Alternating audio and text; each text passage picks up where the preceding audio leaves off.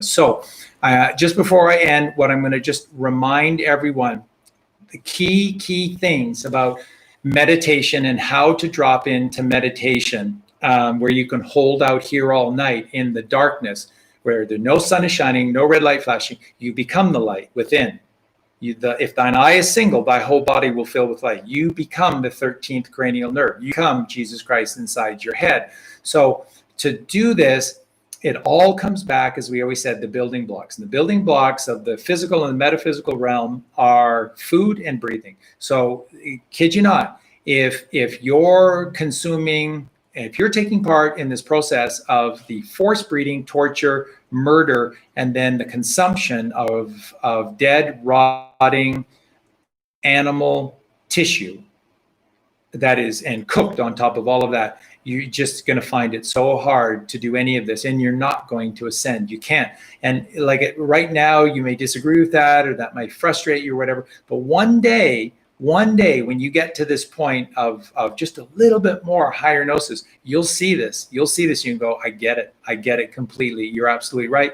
You cannot live and thrive from torture and death. It just doesn't make any sense. And these animals, like I say, we're surrounded by them. We allow the cows to graze on our property and on our road. And they like to stay right outside the front of our house, and I'm around them a lot of the time. And boy, I can guarantee you they are alive. They are so aware. Their eyes are so, I said to Colleen in the beginning, weird, but in a good way. And then I just came to realize that they were way ahead of me in enlightenment. They saw me in a way that I wasn't seeing them. And then I realized, to my embarrassment, that these animals were way ahead of me in terms of maturity and intelligence and wisdom.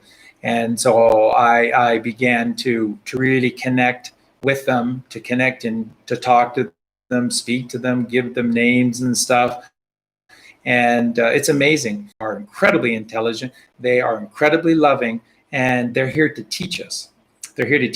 Okay? And we don't murder them. We learn from them, and they are great friends, and just let them be free. It's so beautiful, so beautiful. So it starts with the food and starts with the breath. Now, we get again to the Buddha. Why are there images of the Buddha who's very, very fat? Because the Buddha loved food, and the Buddha must have loved beef and chicken and loved his burgers. And no. The Buddha's not fat. The Buddha has a big belly because that's how you breathe. That's called a Buddha breath. And more specifically, scientifically, it's called diaphragm breathing, or what is called diaphragmatic breathing. And so this is where you inhale deeply in through the nostrils, and you bring powerfully, both visually and physically, you bring the air all the way down to your belly. And there, only the diaphragm can then exhale, push the air back out of you. And then this is recirculation, which is resurrection. This is how you're constantly resurrecting by putting the breath of God in. Colleen just did this amazing thing about a week ago on one of the shows. I can't even remember which one, but Colleen was just saying, that the breath is everything. And so what you just need to know is that the ether is the air, and that the air is the ether, and the ether is God. And so that when you're breathing in the air or the ether, you're breathing in God. So like Colleen said, that when we breathe, that our breathing should reflect our love for God. So it's like when we breathe like this.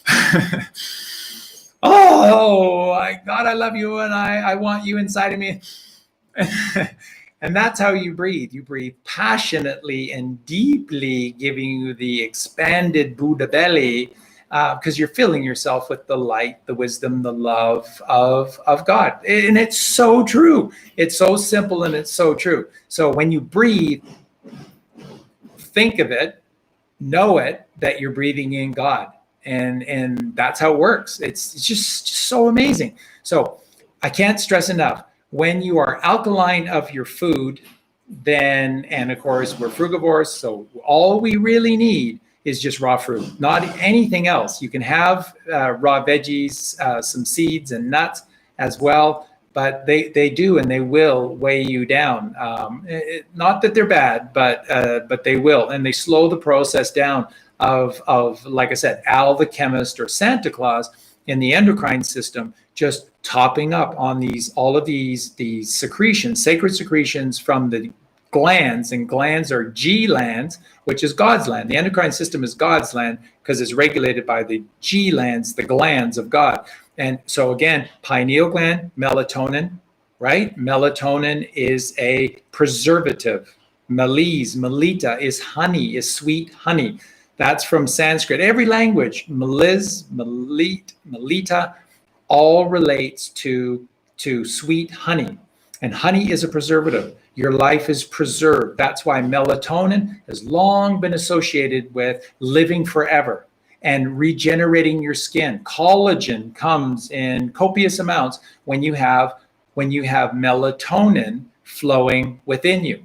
And by the way, the synthetic melatonin pills, they don't work. They just make you constipated. Okay, so the system isn't going to help you at all. They're not going to give you eternal life in a pill in a bottle and save you. No, they're trying to kill you. So these synthetic pills don't work. You have to create it, and it's free when you do it. How do you make melatonin inside of you? By just breathing correctly, eating correctly, meditating, having access to the sunlight, and not getting stressed. Just being in a calm, alkaline state, calmness of the body, stillness of the body, stillness of the mind. That's how you produce, because then Al the chemist, who is Santa Claus, the sainted Claustrum, can do what he's meant to do, and that is to bestow upon you copious amounts of all of these sacred secretions. So melatonin is a preservative, preserves your life. Serotonin from the pituitary gland, serotonin is the happiness secretion. It is all of these circadian rhythms, and they're all designed to keep you in balance, which is happiness, is joy, is peace of mind, which is happiness. That's how you get happiness, when you feel at peace, and peace is balance. And the balance comes from uniting these two worlds. And then that's happiness. That's the joy. Itzhak, the child of Abraham and Sarah, and this happiness secretion. It's amazing. And so that's where it comes from. So you need copious amounts of serotonin. Serotonin comes in copious amounts the same way as melatonin. So you just have to become alkaline. You just have to do the work. The work is to be happy. The work is to meditate. The work is to be in the sunshine, to eat properly, and to meditate and to sleep. You see, you'll sleep beautifully when you become righteous, because there's no guilt inside of you that is weighing you down. There's no doubt. There's just knowingness and calmness, and you relax, you go to sleep. So, and it's in these deep sleeps, you have to go through REM to be able to get in these states where all the amazing things like astral travel can occur. And that's, where the body is secreting like little amounts of curare, where your body is literally paralyzed so that it doesn't move, the vessel doesn't move, while the soul leaves and goes wherever it needs to go. And you can only get there if you are of peace of mind. You can only get there if you're a great deep sleeper, because you have to go through REM to be able to get into this state of absolute stillness and silence. Okay. And of course, this all comes once again from the food you eat, the breaths you take, the meditation that you do or don't do, the thoughts that you do or don't take. So the gifts are endless when you do these things. And again, how do you do these things? It is the food that you eat, alkaline. It's the breath that you take, alkalinity. And then the big one, stop taking thought of yourself. Because when we think for ourselves, we're getting everything wrong. And we're causing ourselves problems. And because we doubt and we self-judge, or we judge others, and we worry. Take no thought. Take the load off Fanny. Let God do the thinking for you. And then, like I said in my meditation video, you may not get this. I don't know how else to explain this to you, the sacred importance of this. The biggest way in which you can easily enter into meditation is by becoming righteous, becoming virtuous. Just look at what the 7 virtues are and look at what the 7 sins are. They are the exact opposite of one another. And when you start living your life in service to others, caring about others, that's bringing the mother to balance your insane masculine, fallen masculine left brain side. That's the right coming to balance the left. And this is how you do it. It's how you do it. So when you become righteous, when you become considerate of all others, when you begin to exist to serve others, God's creation, then man, you're gifted everything that is God, and that's good. And your endocrine system is flowing like a river of perfection, and you can do miracles, and you can do anything that you want when you get to that state. So I cannot stress enough this importance of living a good life, because when you spend a day lying to people, cheating people, you can spin it however you want. But when you do that, or you spend your day turning your back on others, there is a price, because much as you want to just ignore it, you are aware of it. And then those feelings, those nagging feelings don't let go of you, and they eat away at you, and you won't find the calmness or the calmness to be able to still your mind. Okay. Remember, what did the monks do and what did the monks teach? They're the greatest meditators of all time.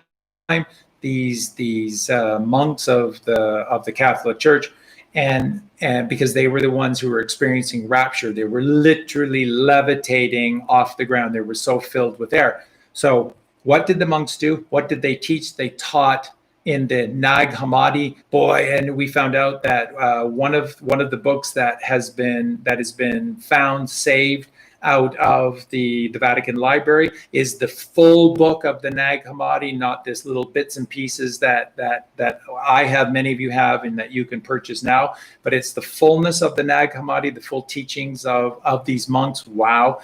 And they called themselves the monastic order. The monastic order. It is the order of one, and the one is the Father.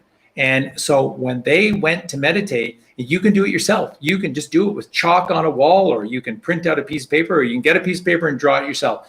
You draw a circle, perfect round circle. And in the very center, you put a little dot. That is what's called the monastic circle. And the point in the middle is the monastic dot. And what you do to be able to, you start by breathing. So you do your Buddha breaths, and it just relaxes you. So you're just relaxed. You just don't have a care in the world when you're breathing in God inside of you. So it's this deep Buddha breaths, okay? Deep, way down into your stomach, so the diaphragm can work, and it has to force it back out. And this is really relaxing you, okay? Then in that relaxed state, okay? In that relaxed state, and remember, you need to be closing the circuit. So that's why it's important for your legs to be crossed, because you're completing a circuit at the base of you. And then with your hands, with your fingers, you need to close the circuit as well. So these have to be closed circuits, because we're electrical circuits, okay? So the thumb is the first element of the earth. So the thumb is your grounding to the earth. Your pointer finger is the water, baptism of water. Your middle finger is rising in the air, meditation. And your ring finger is your baptism of fire. And the pinky finger is the ether. What I do is I constantly go out of comfort to my middle finger, which is the air, rising up in the air in meditation. So that's why the eternal symbol for those who meditate is the thumb with the middle finger, because this is the rising up alchemically into the air, where things are starting to get warm and you're starting to connect to the truth, and you're burning away all the lies to have the baptism of fire. Okay, and then something that Santos Bonacci does, and Colleen likes to do as well, and that is you can take the earth thumb and connect it to all the other four elements, and then this is a unison form of connection, closing the circuit. So this is you connecting all five aspects of the elements of this creation. Okay, so that's another way you can do it. I do this, but you need to close your circuit. So you've done your breathing, your legs are crossed, you have, you tuck your chin because it straightens your spine, and it just allows everything to flow without any blockages, perfect flow of everything within you. So just tuck your chin and then close the circuit on your hands, close your eyes, and then what you want to do, and if you need the monadic circle, then obviously your eyes are going to stay open. But once you stare at it for long enough, just like right now, I can literally see the monadic circle inside of me, but whatever works for you. When you stare at the monadic circle, here's what's going to happen. The first thing that's going to happen is, and sometimes this takes seconds, for me, it may take for you some minutes to do, but just continue your breathing. Just continue your breathing. Focus on your breathing. Focus on that little dot. And then what will happen is that the outer circle will disappear, so that all of a sudden, all you can see is that single eye. You're looking at the single eye. And what is the letter I in the alphabet? It's the 9th letter. 9 is God. The single eye is God. You're staring at God. You're staring at God in the eye. That's what it signifies. You're staring at God in the eye. All else falls away. So the outer circle, which is the symbology of the out there world, it falls away. There's no purpose to the outer world in the connection to God. So that's why it goes. And then eventually what will happen is that the circle in the middle will turn to 2. You'll see 2 of them. It'll come back to 1, and then you're gone. You're long gone. You are so deep inside of you. And at that point, close your eyes, and then what is inside of you is the most high definition TV set, TV screen, theater screen that you've ever seen in your life. And just accept everything that comes to you. Simply see and focus on what you're seeing. And if you can't make it out, that's okay. You don't feel the need that you have to know everything at once. Maybe it's something that will, and they repeat themselves a lot, often until you do see the symbology in them. But just allow all of the lights and all of the shapes and all of the images. And what constantly I see all the time for me is that it is a 3-dimensional tube or tunnel that is curved, and that I am going through it. And now, because I've done so much work with a purple violet light, and I'm going through it as purple violet light at extreme high speeds as I meander. And every single time I come out of the tube into a vast darkness, and then I begin to see things. I begin to see shapes. And as I was saying to Colleen, what has been coming to me more and more are like literal photographs, images of like real life images that I need to see. Often it involves pine trees. And the thing that's incredible is that the pixel rate, the quality of these images is staggering. It's the detail, the color and the detail is better than my eyesight. It's so incredible, because most of what I see are random or just generalized patterns or generalized shapes that don't take any really specific form. But now more and more, I'm getting actual colorized images in detail that is stunning and staggering. And then this is what meditation is. And God will take you wherever you need to go. And don't feel like you have to be downloaded something, or the secrets of the world have to come to you during the meditation. For me, rarely do they. What I do is I concentrate, because I don't want to miss a single message of what is being shared. So I stay very present through this to receive all of the gifts. What happens to me, and this is shared by so many others, what happens, I'm going about the rest of my day, and I equate this quite often when I'm having to scoop up the mountains of poop from the 24 dogs, is is I do it in a very meditative state, and the stuff that is downloaded to me is incredible. And Colleen knows that, because it's just so common that I'll put the scooper down and come running into the house and say, oh my goodness, and they were just like, shaking our heads, and it's just wow. And that's how it happens. So you never know when the dividends of this meditation will pay themselves back to you, but they do. They always do. And it will come to you, and you will know. And like I said, you'll know that it's God, and you'll know that it's the truth, because it answers everything that you've been thinking about or wanting to know more about. And that's how it is. So that's becoming the bookkeeper's son. Okay? And you are a bookkeeper's son from Oregon, because you are from the golden age. We are all created in the golden age, and we are the bookkeeper's son. And we don't want to shoot no one. Okay? So, and we've all got that case of dynamite, which is the desire to rise in might to the Father. And the key is, don't take me alive. So we have to cross the blood-brain barrier. We have to leave the physicality of the physical temple, the temple of the body, and we have to cross a fiction, cross over the river to the higher realm, which is the head in heaven.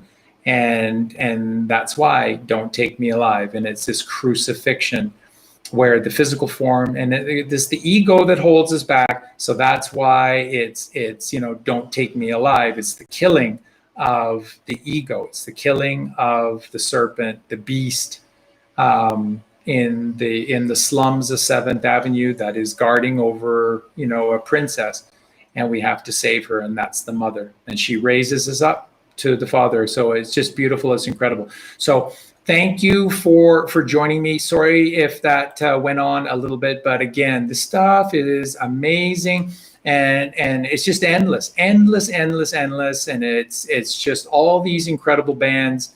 And the more time that I have, I'm just going to do more and more of these. And they're so much fun. There's so much truth in these songs. So remember, you're not alone. There are these wonderful, beautiful people who were connected to God, and they had to hide allegorically and encode their messages so that they could get them released within these demonic systems like the music industry.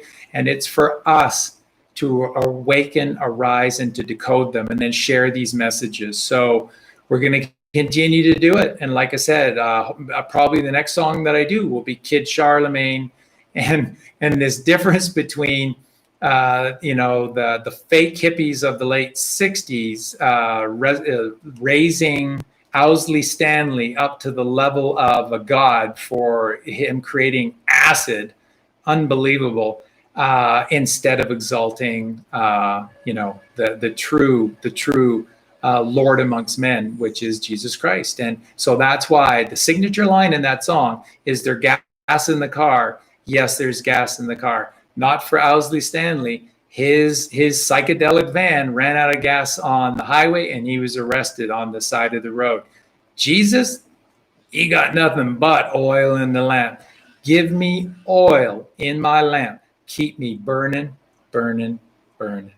And with that, I say good afternoon, good night to some, good morning to others. I love you, Colleen. I wish she was here. She's doing her best to look after the animals and doing everything else. She's doing so much sewing right now for new dog beds for all the dogs. It's amazing. Everything is looking great. We're going to be taking a whole bunch of pictures and showing you all the work we've been doing for the dogs with their new homes, their new beds, everything. And it's amazing.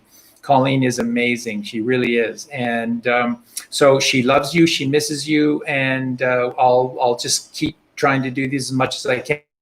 The book is coming along fantastic. We're online for a Christmas release, just a Christmas release, and it's going to blow you away. This taking back of your power, your reality by learning the truth of these words. And remember, every letter is a story. Every letter is a story that makes up the one story. A to Z is your one story. And that's what I'm going to do. Josh and I are going to do. We're going to just tell you, teach you, share with you this one story. And once you know what every letter means, you'll know what every word means. And then you take your power back. So love you. Thank you for being with us. And I'll see you soon. Take care. Love you guys. Bye.